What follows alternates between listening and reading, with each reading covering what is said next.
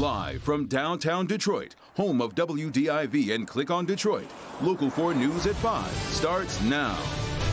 Armed with an assault rifle and making a run for it, a dramatic takedown in Macomb County, and it's all caught on camera.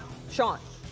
A student with special needs says a trusted school employee in Hamtramck sexually assaulted him. When you were in the car and you described what he did to you, are you telling us everything that happened in that car? Yes. We're live with the incredible Mara and UAW President Gary Jones. It happened yesterday afternoon at the RenCen and on day 25 of the strike, so it looks like negotiations might be heating up. Business Editor Rod Maloney is live downtown tonight. Rod, a meeting may not sound like a big deal, but tell us why this is. Well, it's important because it tells you that they're really looking to move this ball over the goal line. They're not there yet. And, you know, I have old hands tell me that it's really not a deal until the CEO and the UAW president sit down and have dinner together to seal that deal. Now, we're not there, but we're getting in the neighborhood. Here's what we know about the meeting. It looked a lot like the GM-UAW handshake we saw earlier this summer without the actual handshake. Mary Barra paid a visit to the RenCen negotiating room with her lead negotiators and sat with UAW President Gary Jones and UAW GM Vice President Terry Dittus face-to-face for about an hour yesterday afternoon. No word on what they spoke about, but clearly they're trying to move this prolonged strike to an end. Certainly juiced the energy in the room because last night the UAW GM subcommittees burned the late night oil, wrapping up talks at the lower levels at about 3 a.m. The main table negotiators did not stay that late. The main issue remains the UAW's desire to get GM to fill its U.S. factories before building elsewhere. Right now, GM has 4 unallocated factories, 2 here in Metro Detroit. The UAW is particularly angry that the Blazer is being made in Mexico. Center for Automotive Research analyst Christian Dijic tonight believes it's a good signal toward progress, but warns it is not the signal.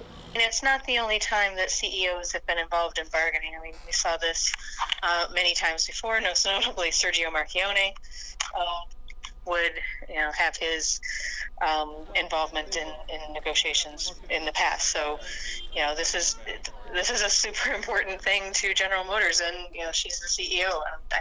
Getting involved in it is, I think, a positive sign.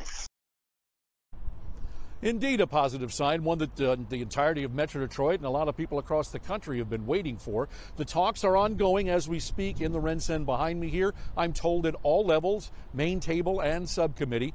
The question becomes, okay, we've got momentum. Can they go into marathon sessions, say tonight? They've been going till about 9 o'clock usually at night and then knocking off until the next morning. Should that change, that's the significant notion that this could be getting to the end. Back to you. Yeah. So say they get a deal here soon, Rod. How quickly will the picket lines come down and then everybody can get back to work?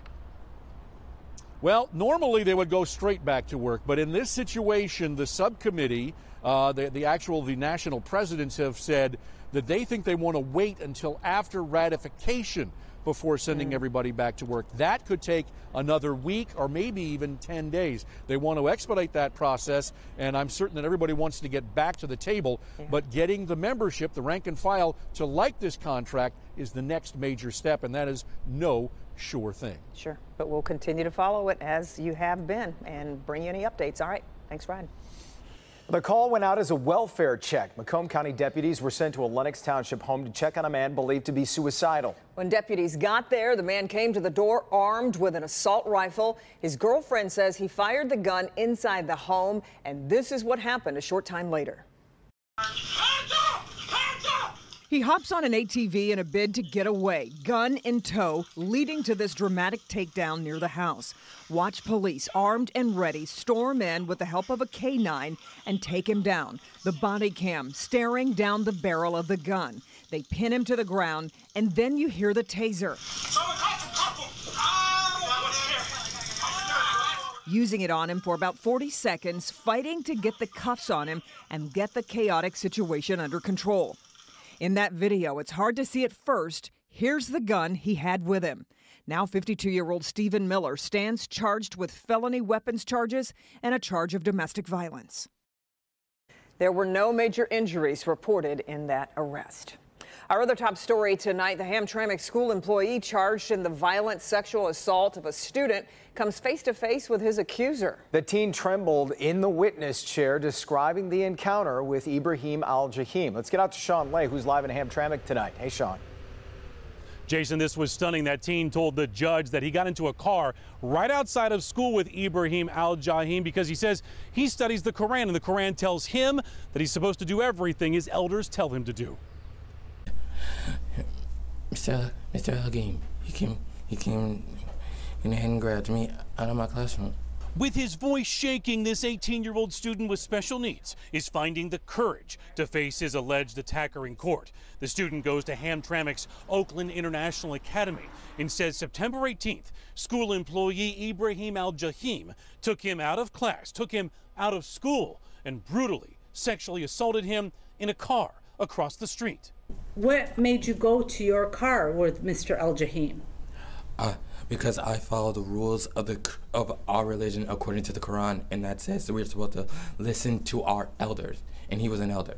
I was shaking in fear, I am so scared, it's hard for me to move. Al-Jahim is known as a Democratic political activist, aligning himself with national and local politicians. The allegations against him have shocked those who know him. Al-Jahim's defense, that fellow students allegedly spread rumors about Al-Jahim's alleged actions, sparking this brawl between the defense and prosecution. This is a case about retaliation against my client. Okay.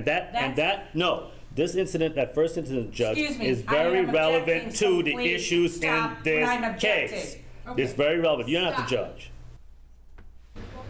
Back here live, a bitter fight lining up here because Al-Jahim faces life in prison if he's convicted. Hearing not even done yet. It will continue next week. Jason, back to you. Yeah, is Al-Jahim still with the school right now, Sean?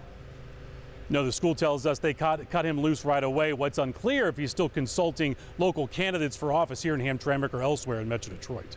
Yeah, we'll be watching this trial all the way to the end. All right, Sean, thanks. Michigan State Police are investigating after a trooper gets into a crash in Detroit. Sky 4 shows you the scene at 8 Mile and Schaefer. We're told the trooper was on his way to a motorcycle crash at 8 Mile in Wyoming when he crashed into an 89-year-old driver. That driver was taken to the hospital as a precaution. The trooper was not hurt. Now to a good health alert. The Macomb County Health Department is investigating several cases of Legionnaire's disease. Yeah, the concern is that they may have originated at a local hospital. Dr. Frank McGeorge is here with what we need to know. Doc. Kimberly and Jason, the hospital is McLaren Macomb, and this is understandably causing concern among patients and family members that have been hospitalized or visited the facility. Now, I would say this investigation is important to be aware of, but there is no reason for panic, and here's why.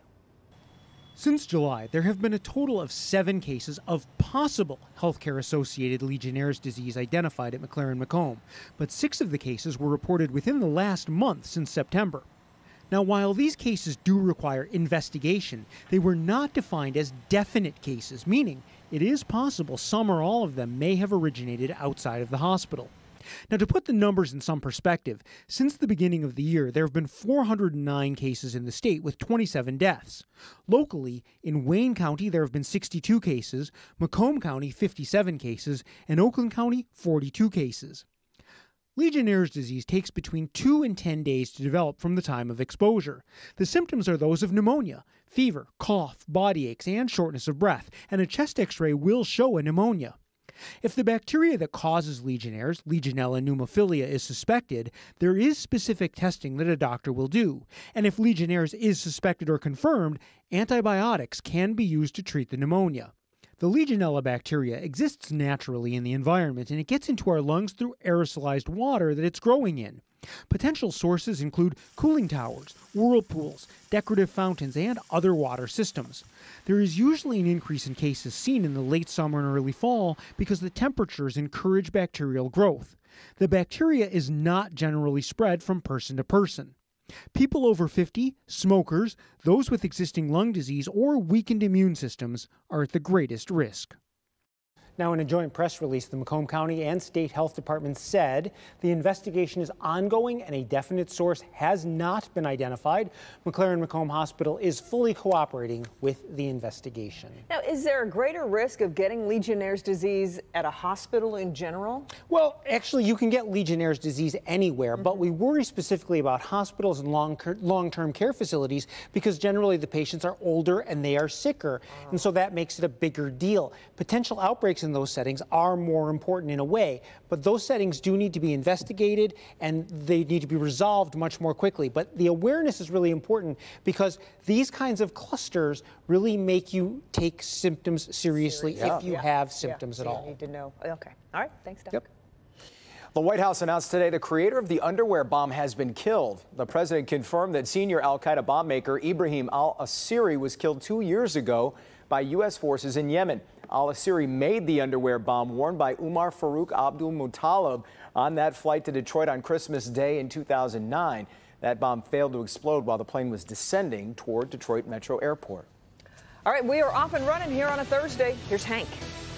The holiday season, it's approaching, and thousands of you will be online shopping. Thieves know it. And now we have an important warning from investigators who are tracking hackers as they try to make their move. I'm going to show you what you should be doing to protect your personal information. New tonight. Clock is ticking on our beautiful weather. You can see it is 32 in the Dakotas right now. What can we expect as we head towards the weekend? Nick? This is Taylor, and Becca is over there. Could they look any more sad right now? Well, it's because they're looking for new homes. And the Macomb County Animal Shelter actually needs help because they are at capacity. The special event happening this weekend to help them